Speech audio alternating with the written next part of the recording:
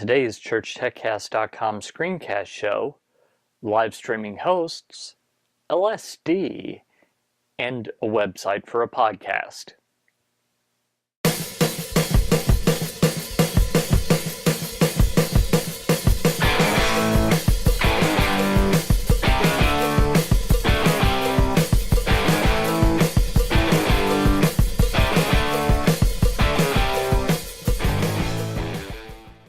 Hi, and welcome again to another episode of the ChurchTechcast.com screencast show. This is the show where every week I sit back and I just answer your questions about doing tech in church, and in this case, something else.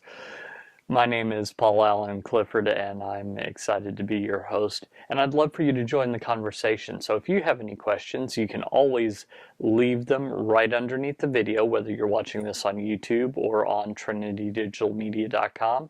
All my contact information is located at trinitydigitalmedia.com/contact. You can just leave a message there as well. If you're more of an email person, Paul at trinitydigitalmedia.com, or hit me up on Twitter, Paul Allen Cliff, PaulAlanclif. So let's hop into the questions. The first one comes from Tom Sorrell, and Tom writes, "Hey Paul, hope you had a good vacation." This was after my vacation. "I would like to see a review or comparison ratings list of video stream providers sometime. I know you like churchstreaming.tv, but I noticed their knowledge base wasn't working and their blog stopped back mid-year, and that made me nervous. Do you have good service from them, and would you still recommend them? We are currently with Truthcasting, but their stats page has been down for a month, and I don't have a good feeling on that. I think that would make a good article that would be interesting to many. Thanks, Tom Sorrell." Well, Tom, you're right, and maybe I'll hop into that. I know that as part of writing the book that I'm writing this month, which is Live Streaming Church, at least that's the working title. I'm not completely sold on it. Maybe the subtitle will help. I'm going to do a little bit of comparison. I do know that Livestream and Ustream, which are the big players in this area, along with YouTube, don't necessarily meet the needs of churches. I do like churchstreaming.tv, and it's not just because I use them, it's because they seem very responsive to me personally. That every time I have a question or a problem, I fire off an email and one of the founders gets back to me. I don't think that's just that they like me in particular. I think that that's just their company culture, but I could be totally wrong on that. I've also used worship channels and tried out YouTube, tried out Ustream, tried out Livestream, and right now churchstreaming.tv is the best one for me personally. I haven't used Truthcasting. There's some other services that I'm going to take a look at in addition, and maybe I'll do a comparison and see which is the best. But I really like the flat rate pricing of churchstreaming.tv. There's just something about knowing that your bill is going to be the same as opposed to, oh, this month it's not a blessing, it's a curse that we got a bunch of people to show up on our live stream. So that's just my feeling on the matter. CJ on YouTube, in response to, I think it was the first video of this week, which was Tech Help for Churches, said, "I saw that little twinkle in your eye when you mentioned Woodstock. Don't worry, I won't tell anyone about your little LSD secret. We'll keep that between you and me." Yep. Well, since I'm 40, it's absolutely the case that I invented a time machine. I invented a time machine and I went back in time. And let me tell you the crazy shenanigans I went into just to show up at Woodstock and not take the red acid.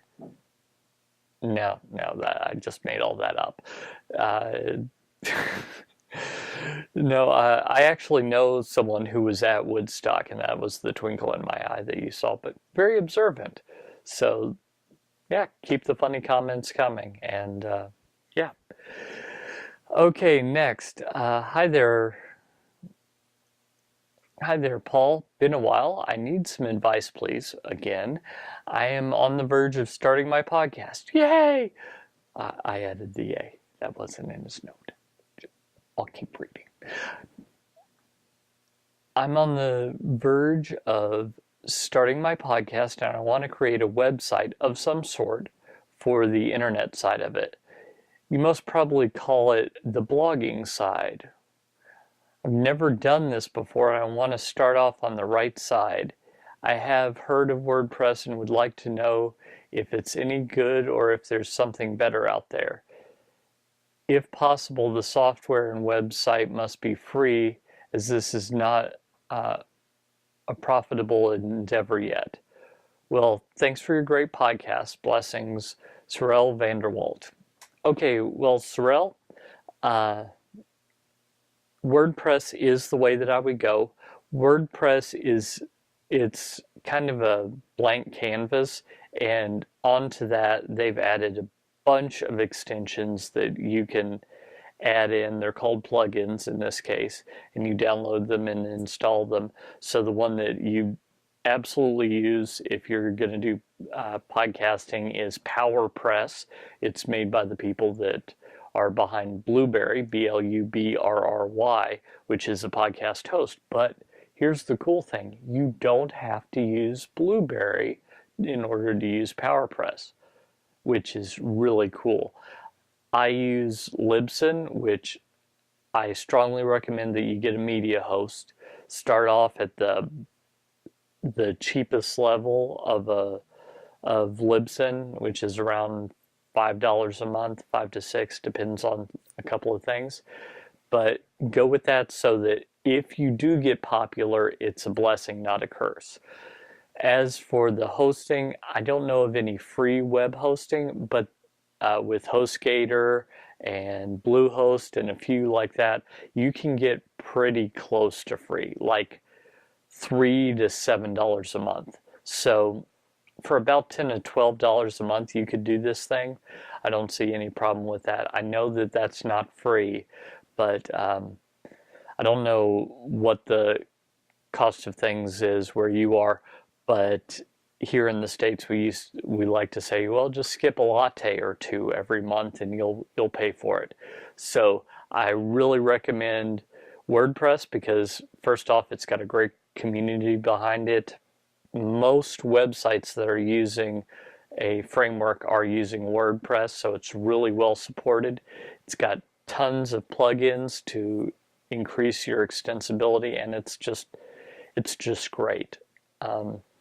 Large businesses are built on it, small businesses, churches, all that stuff. So stick with WordPress. I think you'll do fine. Make sure you get a media host so that you're not hoping that you don't get successful. And that would be the way that I would go if I were you. In fact, that's basically the way that I am going. I just have a higher end package on WordPress.